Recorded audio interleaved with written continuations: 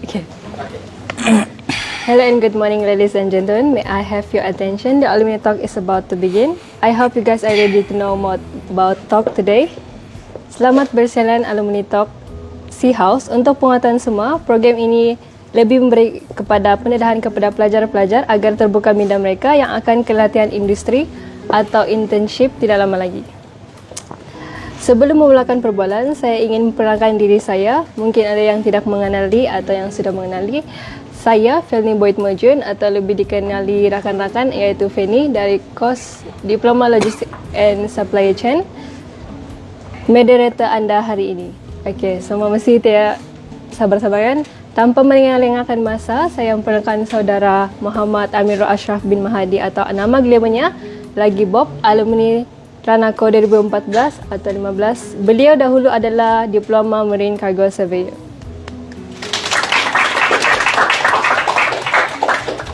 Hai, hello, apa kabar? Selamat datang Mr. Bob. Boleh Bob memperkenalkan diri? Kenalkan diri, okey. Terima kasih saudari moderator, saudari Penny. Ada yang non-Muslim sini? Ya, moderator. Selain pada moderator ada yang non-Muslim? Non-Muslim. Okey.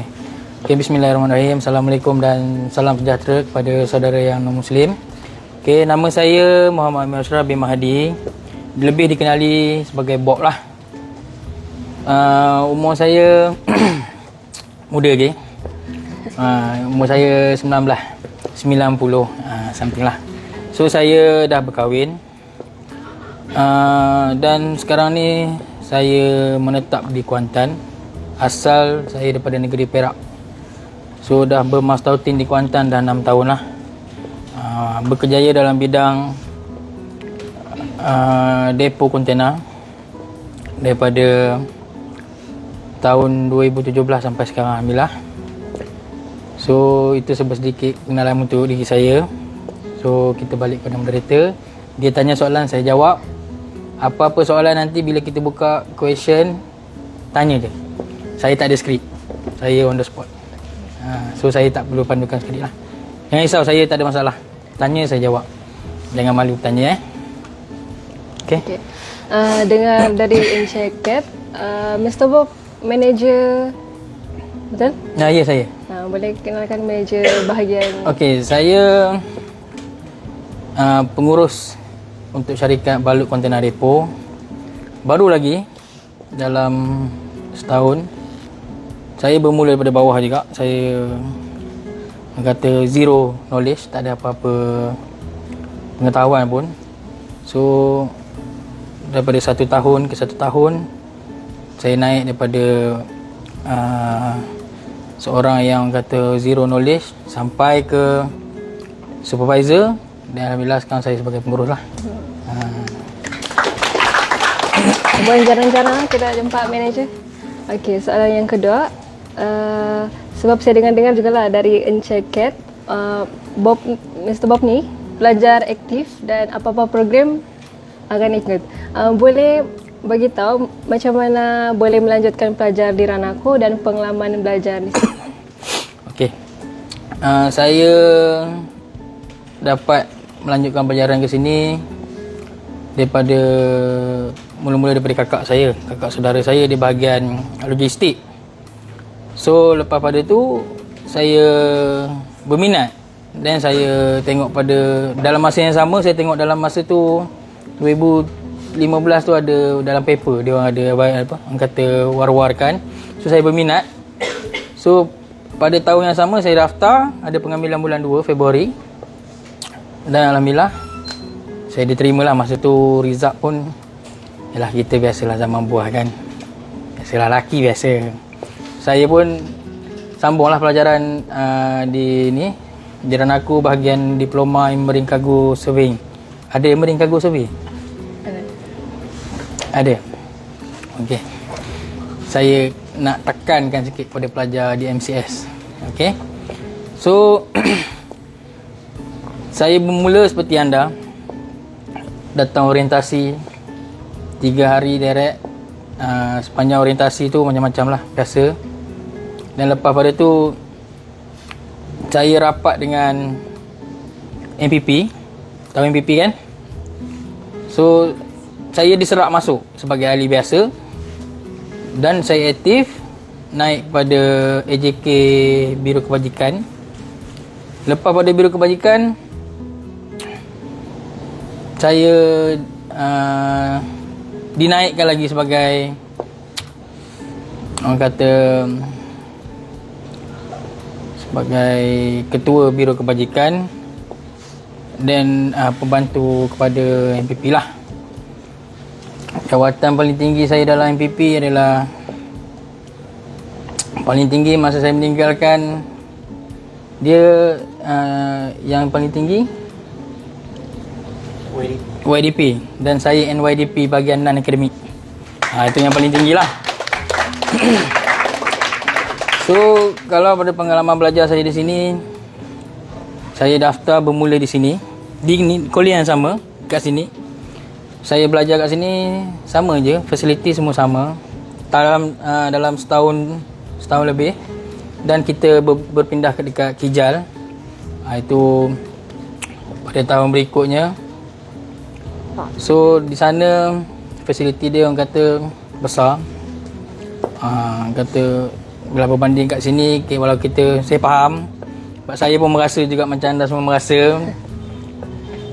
Zaman tu kalau kita tengok kolej ni macam mungkin lah ni zaman PKP awak punya zaman PKP, maknanya online lah. So baru lagi lah ni datang ke kolej ke macam mana? Ada yang baru, ada yang seminar. Ya, 2 tahun dah.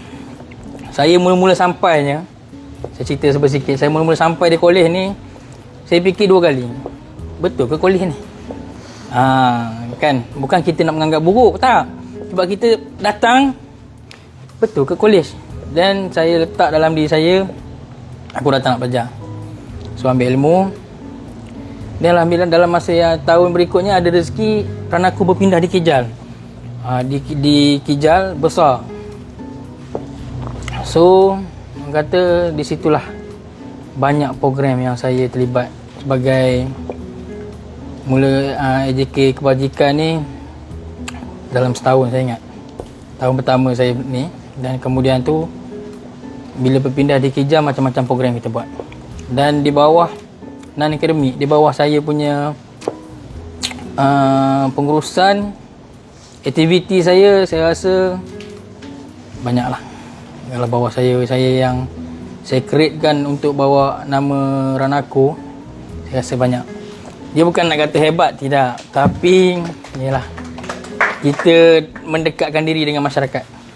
Itu macam-macam aktiviti lah saya tak, dalam setahunan tu saya ingat banyak. Ada yang MPP kat sini? Ada yang MPP? MPP.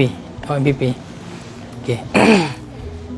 So itulah sedikit mengenai macam mana saya dapat tahu pasal Ranako dan apa yang saya ibaratkan saya ni rumah Ranako ni, saya serahkan jiwa saya untuk Ranako macam tu je. Maknanya apa yang saya lepaskan pada Ranako tu, apa yang saya buat, kata saya rela je. Sebab kita masa tu, kalau nak ikutkan kita sebagai wakil pelajar kan, kalau yang MPP dia tahulah, wakil pelajar ni kita bawa suara pelajar. Tak semua orang boleh buat. Kalau soal saya minta seorang duduk kat depan ni, belum tentu dia boleh cakap. So itulah ibaratnya apa yang saya kongsi sedikit lah, saya sepanjang di Ranako. Untuk soalan seterusnya, boleh kami tahu pengalaman latihan industri dan kerja supaya pelajar-pelajar boleh tahu lah.